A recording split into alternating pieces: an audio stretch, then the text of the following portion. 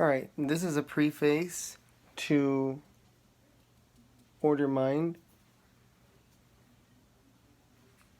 that I'm going to read. This will be the introduction on a YouTube channel. This is the beginning preface before the entire book starts, before the introduction, before anything. This is just a little piece to make people feel what is to come. This is for Order Mind Volume 1, the second edition, and for Order Mind Volume 2 in its complete form. Okay, so this is the preface. The second edition of Order Mind Volume 1 is being rewritten with the intention to clarify and expand the material. As when the original Order Mind book was created, I did not have access to a professional editing software, nor did I know about writing in the 7 traditions of communication taught by Richard O. West and Lynn H. Turner of Introducing Communication Theory, Analysis, and Application. This version of Order Mind will be merged with the second volume unpublished until now. With this intention, I will allow the reader to understand themselves through my cognitive interpretation of personality and self. This work is grounded on a series of experiences that resulted from passing through an extreme conflict in my life that almost left me dead. This is the whole sum of my experience. As titles that are academic, philosopher, artist, shaman, modern spiritualist, peacemaker, and change agent are trivial. The importance of this work and purpose is the interpretation of peace. The transference of education and peace is difficult for some to understand that are not aware of the reality of self. We are immortal. We are everywhere and in all things. This alone can save endless myriads of environments conducive to life. We are not purple, square, fat, homosexual, straight, lawyers, poor, rich, and so forth. Henceforth, from any interpretation from which our communication standpoint can understand and experience, we are living as a whole. The question is what our goal is. What will we become? Why do we experience? This book will provide those thirsty in a stage 1 society some interpretation of building a path of pure bliss and non-suffering. This book and system was interpreted and experienced by me in some of my darkest hours. It was gifted and granted to me through prayer, refuge, and surrendering myself to the feminine concept, some Buddhists call Tara or our mother. It came over a series of visions, dreams, and phenomenal experiences that occurred in which I was instructed to record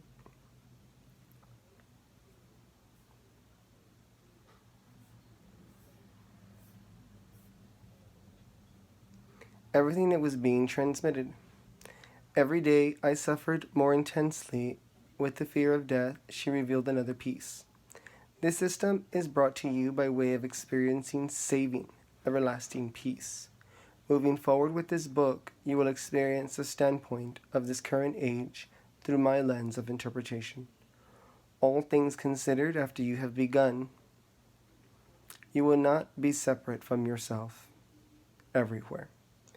You do not have to be a teacher, hero, ruler, and so forth, or any personality. You will understand that you are the living universe as one. Origin. The original literary work of Order Mind, Volume 1,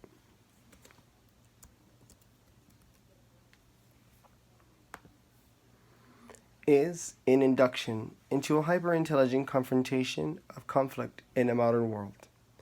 This work begins with simple techniques that cause a type of self-academic, moral, and ethical interpretation to occur.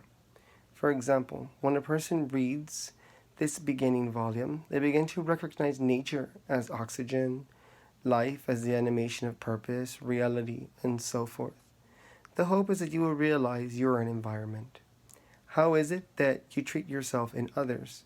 Do you respect nature as your body?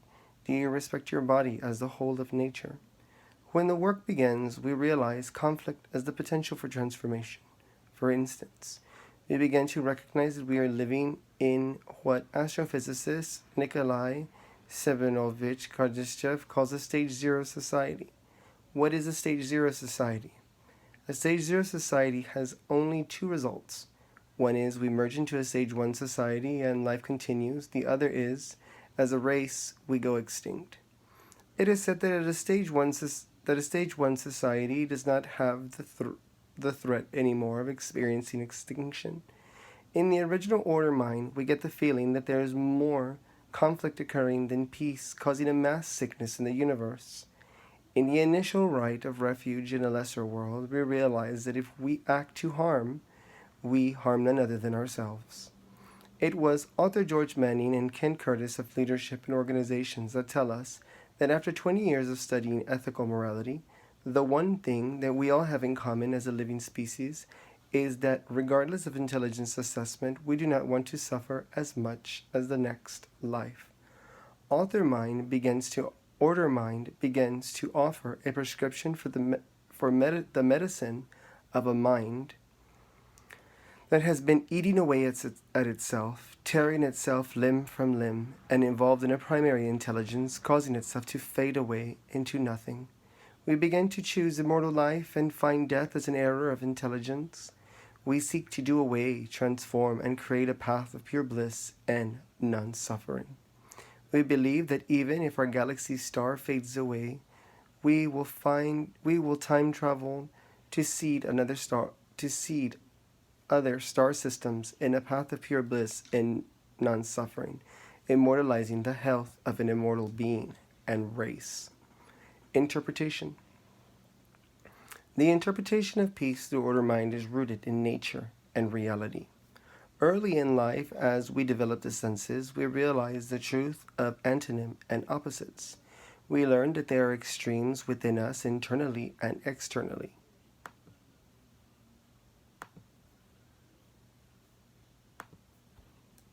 Extremes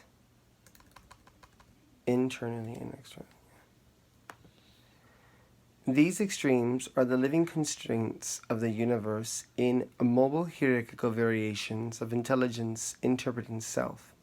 Authors Jennifer E. Beer, Carolyn C. Packard, and Eline Steve introduce that a facilitator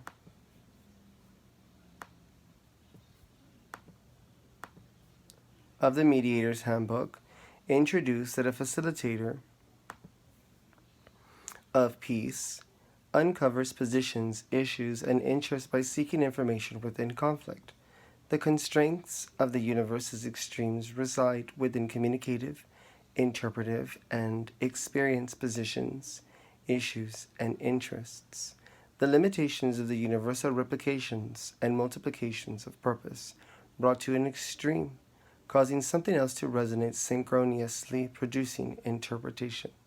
With this in mind, I come back to my definition of conflict, that is a channel built on the competition of personal interest, where the sender's tolerances and culture are constrained to the channel's inside interpretation.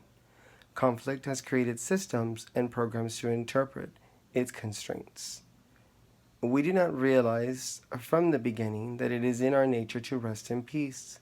This takes time, experience, and academia. Peace has created systems and programs to interpret its constraints as well. In particular, we are organized and reside in peace, and at times we lean to an extreme through interpretation of issues, positions, and interest. Within extremes, conflict gives birth. For instance, we approach our beloved universe within experience and interpretation of self. What conflict births are purposeful and have an intention of an opportunity for communicating movement within self. We are not static. Movement entails evolution, adaptation, life, and reality. If this opportunity is interpreted wisely, then we recognize constraints also reside in peace if we want peace to be. To that extent, again, a conflict can incline to an extreme and repeat the process of birth repeatedly forever. Peace is the interpretation of self as all things if one wants there to be all things. Within order mind, we begin to see that a semiotic tradition emerges within the universe through the interpretation of mathematics as nature. This interpretation has built innumerable systems, programs, laws, and rules scattered throughout our body, the universe, causing illness or health to the whole of ourself. The analysis of peace is one that is singular and at the center of all things. As it evolves, it creates more and more interpretation of self. Order mind provides the evidence needed to understand self. The truths of all things are not a mystery, it is a reality. It is evolutionary. We are evolutionary and always have been. Heaven. When we think of heavens, we think of fantastical myths of holy mountains, limbos, hells, netherworlds, and kingdoms made of precious gems and minerals, far away or close to us.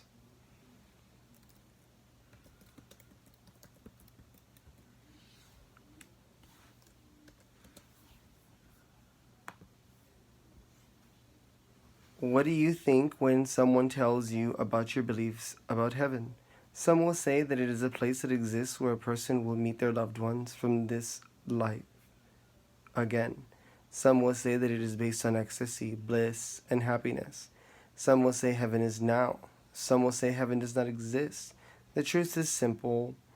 All of the definitions and myths of a heaven, in summary, of a heaven, prove one thing.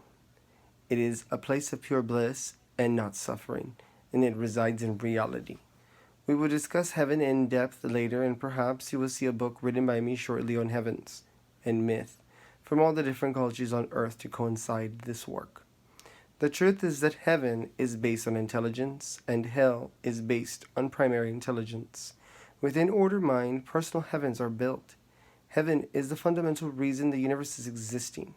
With this in mind, the work of order mind is to create a place within the mind of the universe that is a refuge of pure peace and non-suffering, that provides the whole universe channels and environments of perfect health, happiness, and intelligence.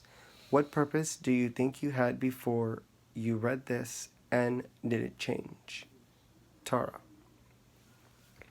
When we think of something like the goddess Tara, we begin to think of the purpose of the entire system of Buddhism.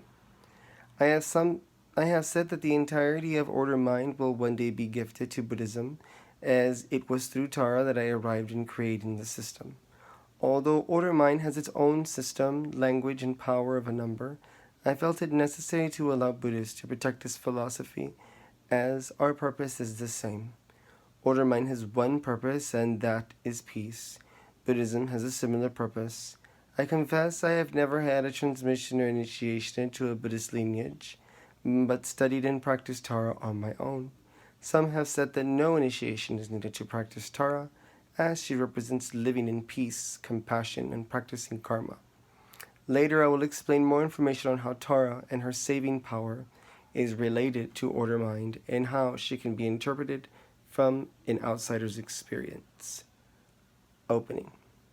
In summary, I will end this preface with a prayer from one of the rituals to come to the work of order mind to guide you in becoming a maker of peace.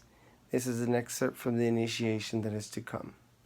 Given that I am in all things, and like all things, I have caused infinite, innumerable worlds to produce sons, that you may speak, that you may birth, that you may see, that you may breathe, that you may hear, that you may interpret and feel who I am as all things.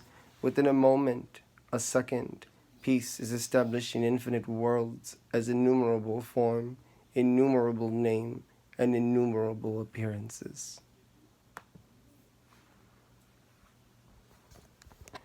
That's a wrap. That's the preface, and it's coming.